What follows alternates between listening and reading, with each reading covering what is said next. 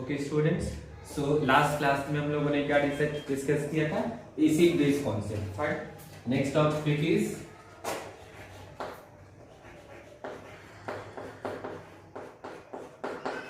Amphoteric nature of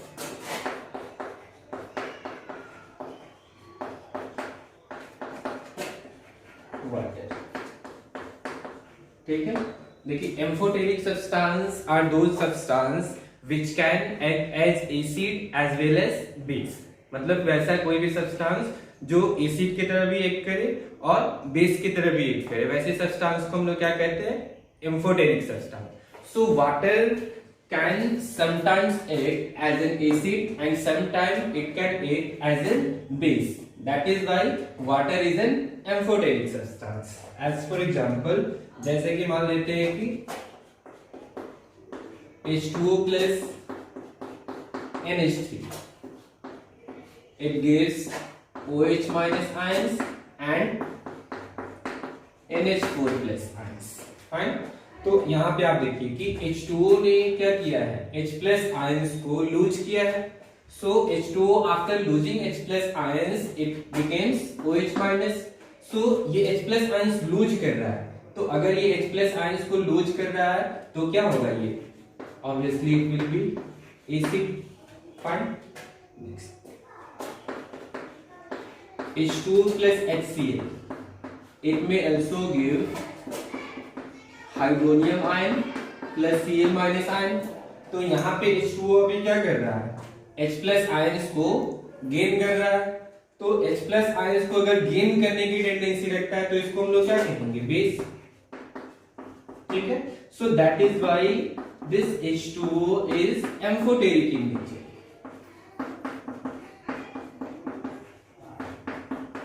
amphoteric in nature। fine। चलिए लिख लेते हैं।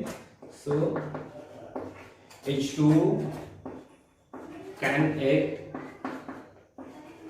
as acid as well as a base। That is why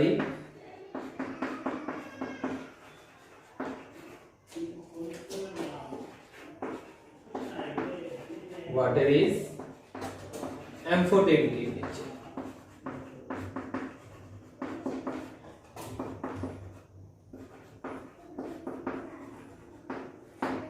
ठीक है, वाटर जो है वो एम्फोटेरिक होता है। ठीक है, नेक्स्ट टॉपिक है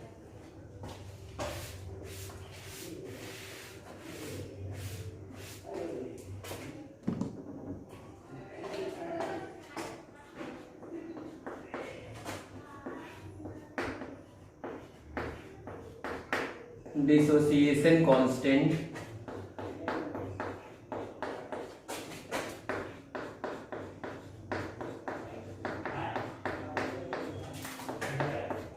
for weak acid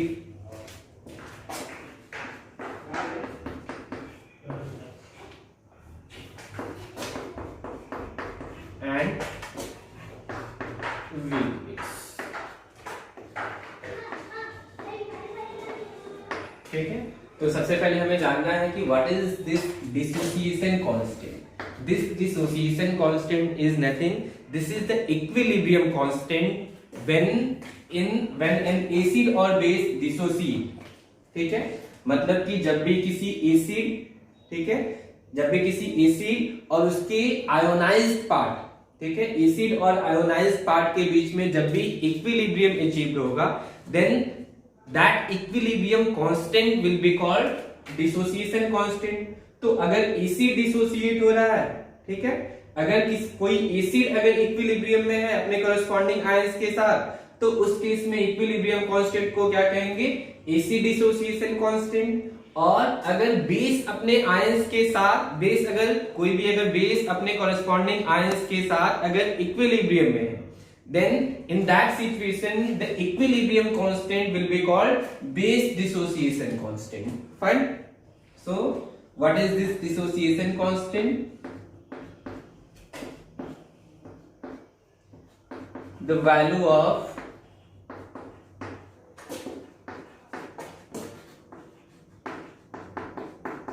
equilibrium constant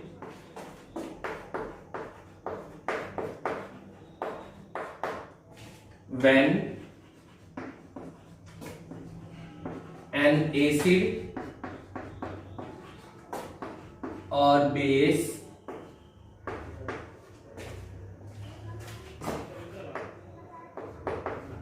dissociates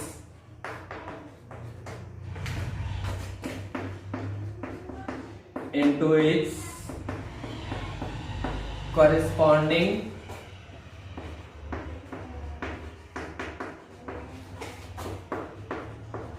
ions is called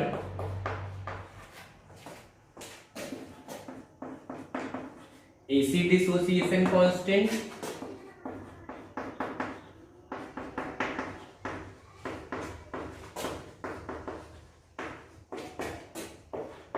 or base dissociation constant.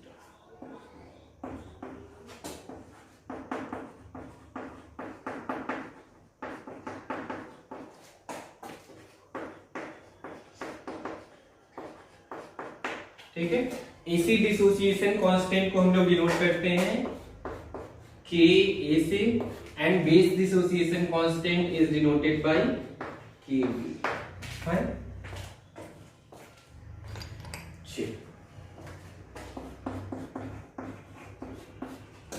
अगर मान लेते हैं हमारे पास कोई भी एक एसिड है,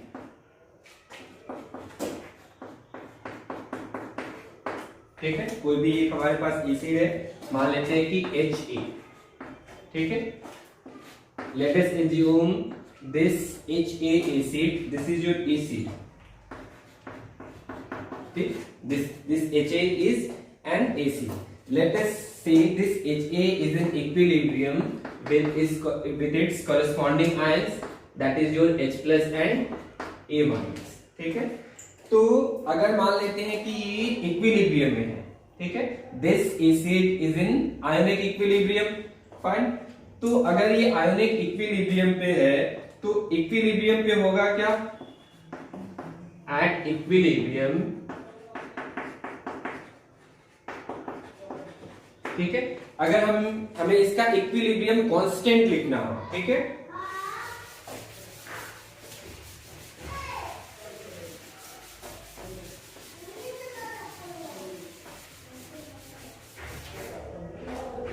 सो इक्विलिब्रियम कांस्टेंट इसका क्या हो जाएगा,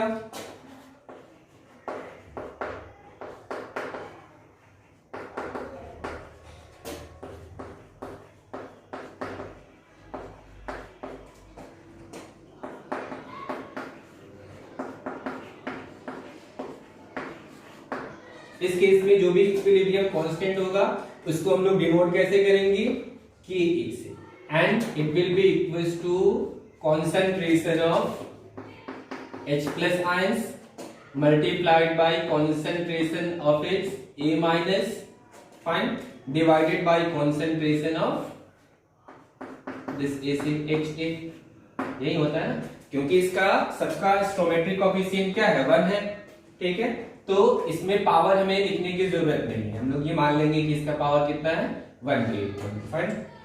उसी तरह अगर मान लेते हैं कि कोई भी एक बेस हो, ठीक है,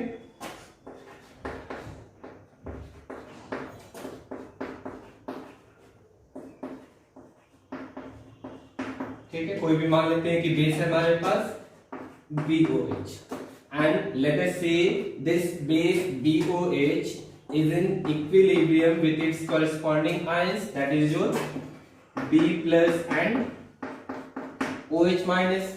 तो इस केस में अगर हमें इक्विलिब्रियम कांस्टेंट का वैल्यू लिखना हो तो इस केस में इक्विलिब्रियम कांस्टेंट क्या हो जाएगा, that is your base dissociation constant, क्योंकि यहाँ पे क्या हो रहा था, यहाँ पे एसिड डिसोसिएट कर रहा था, यहाँ पे क्या कर रहा है, एसिड डिसोसिएट कर रहा है, ठीक उसी तरह से यहाँ पे क्या कर रहा है, बेस डिसोसिएशन हो रहा है, बेस का डिसोसिएशन हो रहा है, ठीक है। So in that case we can calculate the value of base dissociation constant, that is your Kb, and it will be equals to concentration of B plus into concentration of OH minus divided by concentration of BOH. Fine.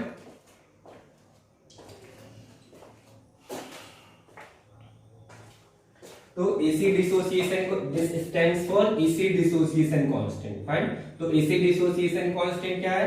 This is the equilibrium constant when an AC dissociates into its corresponding ions. And what is base dissociation constant? This is the value of equilibrium constant when a base dissociates into its corresponding ions and this base is in equilibrium with its corresponding ions. Fine.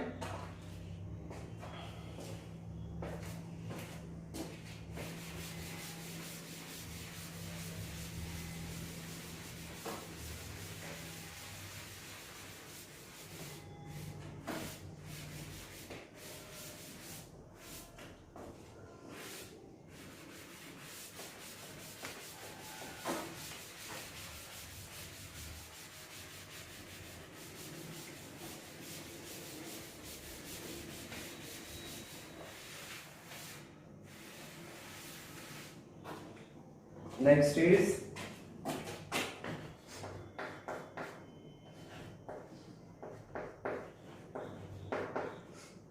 Ostwald's dilution law.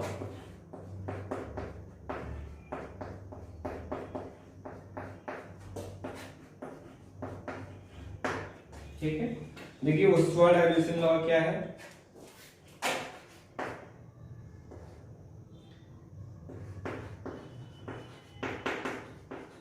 According to this law, the degree of ionization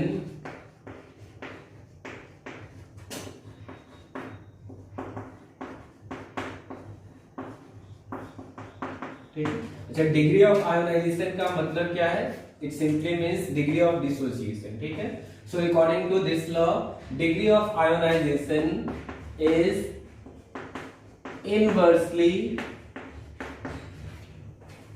proportional to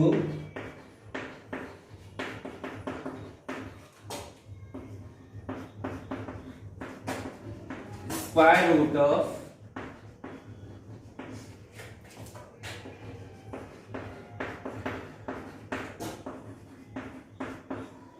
molar concentration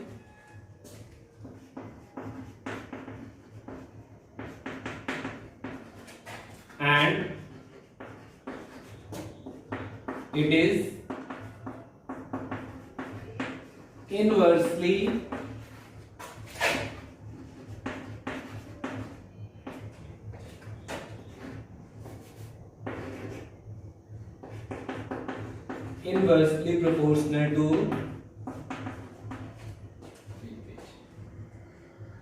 proportional to the square root of molar concentration and directly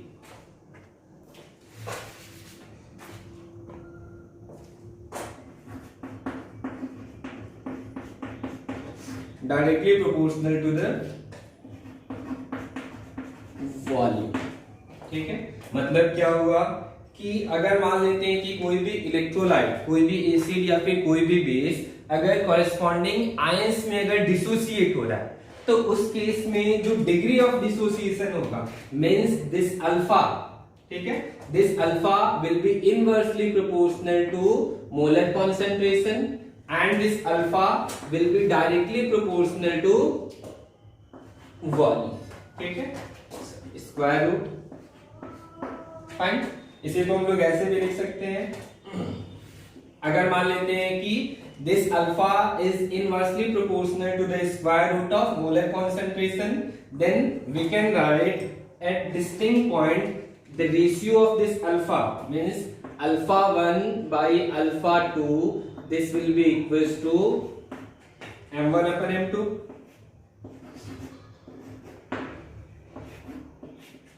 Fine, and we can also write alpha upon alpha 2. This is equals to, wait, inversely proportional है ना यहाँ पे, तो ये क्या हो जाएगा m2 by. ठीक है, यहाँ पे क्या हो जाएगा? It will be v1 upon v. ठीक है, so this is your Ostwald dilution law. तो अलग अलग अभी हमें क्या करना है, इसको प्रूफ भी करना है, ठीक है। मतलब कि एसिड और बेस के लिए हमें ये प्रूफ भी करना है कि ये होगा कैसे, how this alpha is inversely proportional to the molar concentration and how this alpha is directly proportional to the square root of this volume. Fine.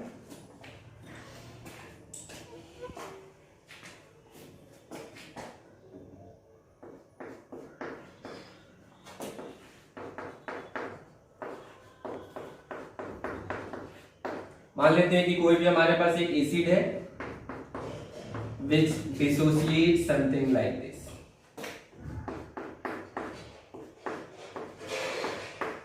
ठीक है। तो इनिशियली मान लेते हैं कि इनिशियली हम लोगों ने क्या लिया है, ठीक है। इनिशियली हमारे पास मान लेते हैं कि इस एसिड का 1 मोल है हमारे पास, ठीक है। This is the initial mole.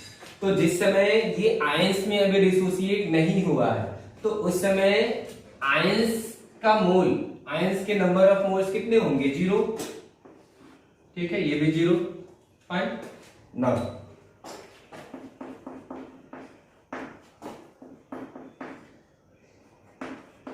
Late us see degree of ionization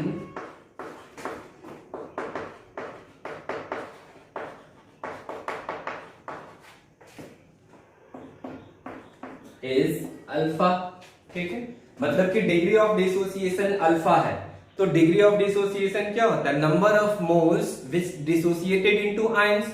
तो मान लेते हैं कि out of 1 mole alpha moles of this acid has been dissociated into ions. तो अगर 1 मोल कंप्लीटली अगर डिसोसिएट होगा तो 1 मोल H+ मिलेगा हमें और 1 मोल A- मिलेगा, ठीक है। तो उसी तरह से if alpha moles of this acid has been dissociated into ions, so at equilibrium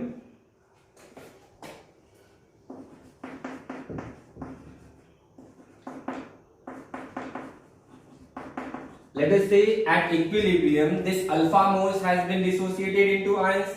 तो इक्विलिब्रियम पे हमें इस एसिड, मतलब कि इक्विलिब्रियम पे एसिड के कितने मोल्स अभी बचे 1 माइनस अल्फा मोल्स। पहले कितना था अल्फा मोल्स, अभी सॉरी पहले कितना था 1 मोल्स, 1 में से अल्फा मोल्स क्या हो गए, डिसोसिएट हो गए। So we have 1 minus alpha moles, ठीक है। 1 मोल्स अगर डिसोसिएट होगा तो 1 मोल H+ भी मिलेगा हमें और 1 मोल A- भी मिलेगा। So if alpha moles has been dissociated into ions, so obviously we will get alpha moles of this H+ ions and alpha moles of this A-, ठीक है। चलिए हमें अगर मान लेते हैं कि एसिड डिसोसिएशन कांस्टेंट का वैल्यू कैलकुलेट करना है, तो हमें क्या पता होना चाहिए, इन सब का कॉन्सेंट्रेशन पता होना चाहिए, ठीक है। तो कॉन्सेंट्रेशन क्या होगा, मोलर कॉन्सेंट्रेशन कैसे कैलकुलेट करेंगे, number of moles per unit volume, number of moles by volume. तो मान लेते हैं कि इसका वॉल्यूम जो है इस एसिड, मतलब कि जो भी जिस, मतलब कि जहां पे भी ये रिएक्शन हो रहा है, ठीक है, जिस भी कंटेनर में रिएक्शन हो रहा है या फिर जो भी ये एसिड है, late us see the volume of this acid is VDM3, ठीक है। So let us assume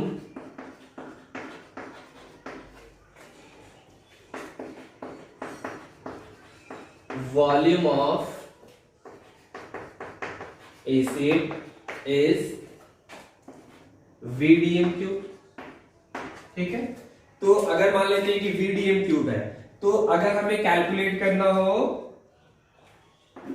concentration of this Ha, ठीक है, concentration at equilibrium, this is the concentration at equilibrium. तो कॉन्सेंट्रेशन यानी कि मोलर कॉन्सेंट्रेशन, मोलर कॉन्सेंट्रेशन कैसे calculate करेंगे, number of moles at equilibrium divided by volume. तो number of moles कितने हैं, 1 minus alpha, and what is the volume in DM cube, that is your V। Similarly अगर मान लेते हैं कि हमें H+ का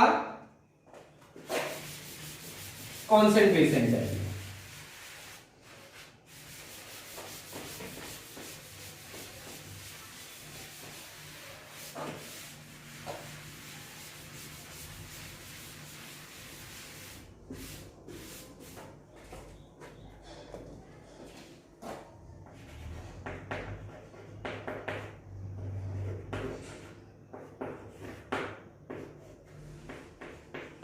कॉन्सेंट्रेशन ऑफ H+, ठीक है। तो ये क्या हो जाएगा, number of moles at equilibrium divided by volume in dm cube. So what is the concentration, what is the number of moles at equilibrium, that is your alpha. So concentration will become alpha upon V, where V is the volume in dm cube, and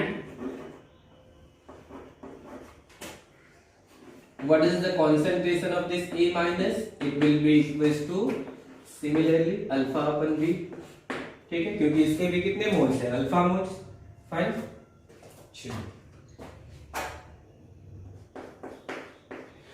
अब अगर हमें लिखना हो AC dissociation constant क्या value, Ka, ठीक है। तो अभी कुछ देर पहले हम लोगों ने देखा कि what is the value of AC dissociation constant, this will be equals to concentration of H plus ions multiplied by concentration of A minus ion divided by concentration of H, ठीक है। अभी सबका वैल्यू हमारे पास है, so putting the value of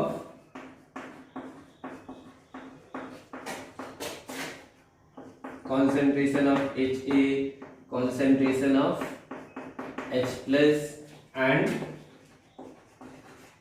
concentration of A minus, fine। So we will get Ka will be equals to concentration of H plus means alpha upon V, concentration of A minus that is your alpha upon V divided by concentration of Ha means 1 minus alpha upon V, ठीक है।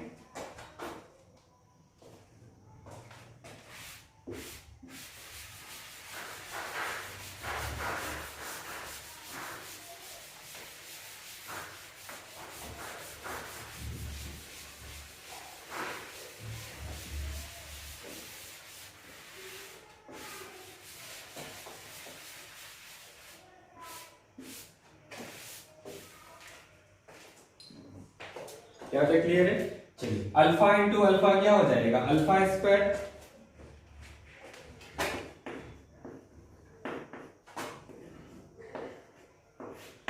ठीक है। अच्छा, ये जो v है ये ऊपर चला जाएगा, या फिर एक v से एक v हम लोग क्या कर ले रहे हैं, कैंसिल कर ले रहे हैं, तो ये एक v क्या हो जाएगा, नीचे आ जाएगा। So it will B 1 minus alpha into v, fine. For weak electrolyte,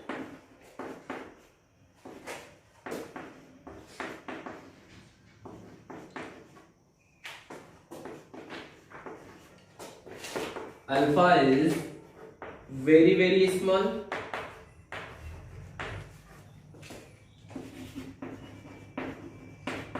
ठीक है। मतलब कि अगर इलेक्ट्रोलाइट वीक है तो वीक इलेक्ट्रोलाइट के लिए अल्फा का वैल्यू क्या होगा, बहुत ही कम होगा। So if alpha is very small, then this 1 minus alpha is nearly equals to what, 1, ठीक है। मतलब कि अल्फा का वैल्यू अगर अप्रोक्सीमेटली 0 है, ठीक है, मतलब कि 0 से जस्ट थोड़ा सा ज्यादा है, ठीक है, तो उस केस में 1 माइनस अल्फा जो है वो अप्रोक्सीमेटली किसके इक्वल हो जाएगा, 1। So this Ka will be equals to alpha square divided by simply v, ठीक है।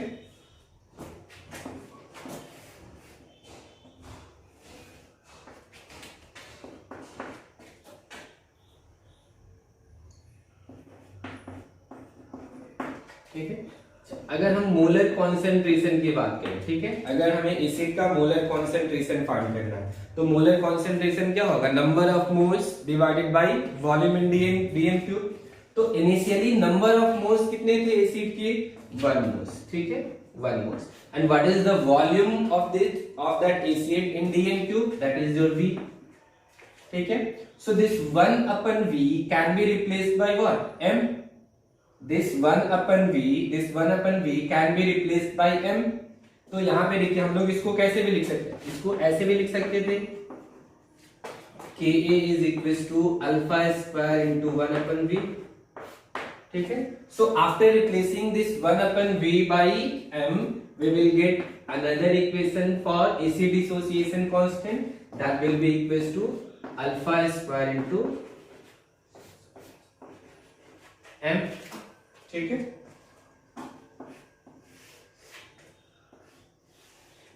चलिए देखिए यहां से हम लोग देखिए क्या कर सकते हैं। अगर यहां से अल्फा स्क्वायर का वैल्यू क्या हो जाएगा, alpha square will be equals to K a divided by M. Fine, तो अल्फा का वैल्यू यहां से क्या हो जाएगा, this alpha will be equals to square root of K a अपन।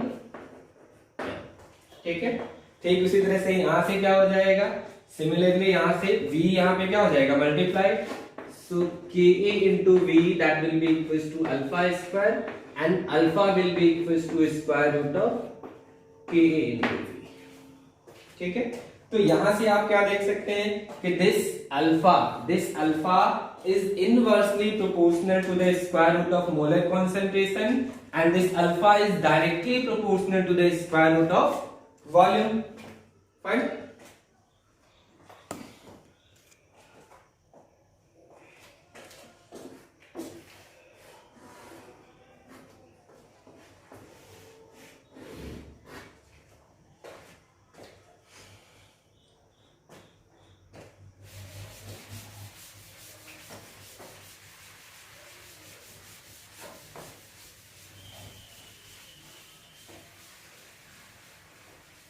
ठीक है, सेम ऐसे ही हम लोग बेस डिसोसिएशन कांस्टेंट का भी वैल्यू कैलकुलेट कर सकते हैं। इस केस में एसिड डिसोसिएट हुआ था।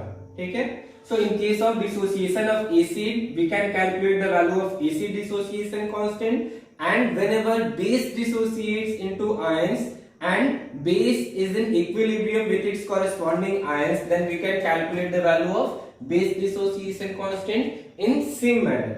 जैसे कि मान लेते हैं कि अगर बेस हो, ठीक है, तो बेस कैसे डिसोसिएट होगा,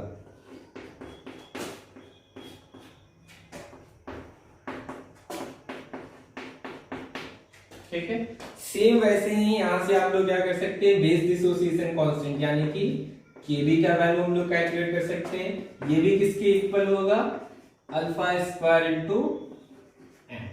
फाइन, एंड यहां से अल्फा का वैल्यू हम लोग क्या लिख सकते हैं,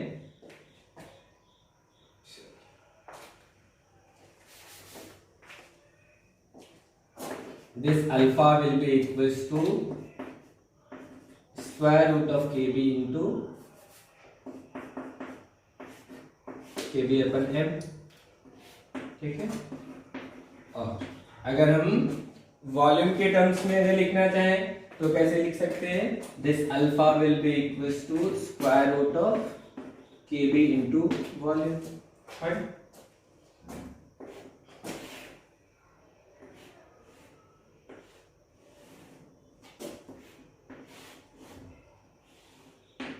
so this is how degree of ionization in both the cases is inversely proportional to the square root of molar concentration and it is directly proportional to the square root of volume, where this volume is in dm cube। fine, dm cube या फिर litre.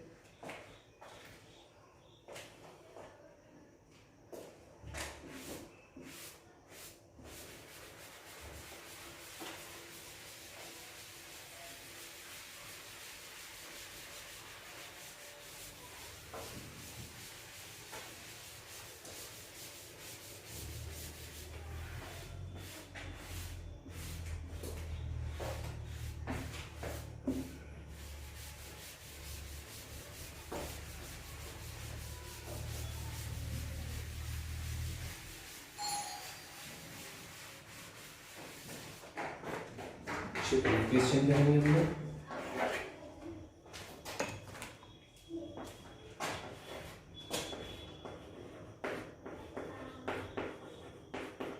calculate the value of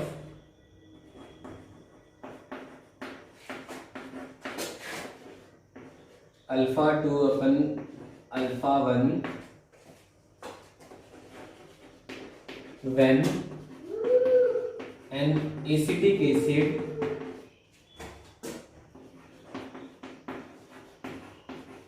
of 1m concentration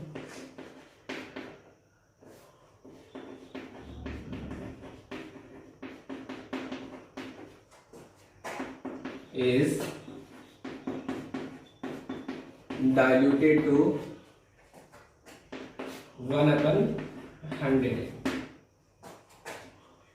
ठीक है, मतलब कि एक हमारे पास acetic acid है जिसका मोलर कॉन्सेंट्रेशन क्या है 1m है। ठीक है, इसको डाइल्यूट किया गया, जितना ज्यादा डाइल्यूट करेंगे मोलर कॉन्सेंट्रेशन का वैल्यू क्या होगा उतना ही ज्यादा कम होगा, क्योंकि जितना ज्यादा डाइल्यूशन करेंगे वॉल्यूम उतना ही क्या हो जाएगा बढ़ता जाएगा। So number of moles per unit volume that will what decrease. तो जितना ज्यादा डाइल्यूशन करेंगे उतना ही उसका मोलर कॉन्सेंट्रेशन क्या होगा कम होगा।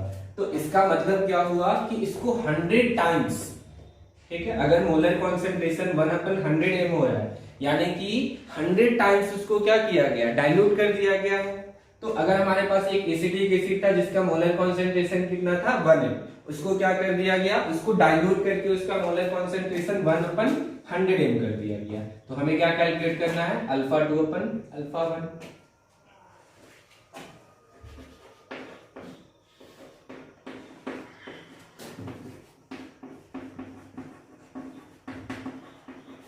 According to Ostwald's dilution law,